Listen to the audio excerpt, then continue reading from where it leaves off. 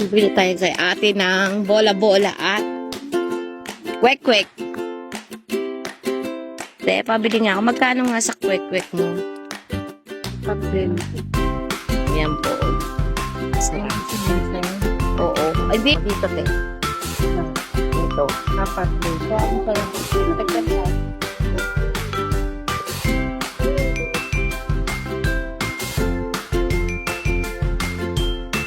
Dalawang kwek-kwek at isa at 5 pisong tigya.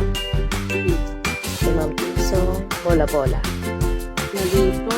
Thank you. Tapos na ako nagtitinda. Wala pa naman. Tikman natin ang kanyang kikiam at bola-bola.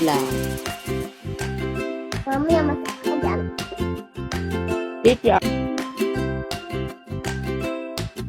Ang kwek-kwek. Kwek-kwek, guys.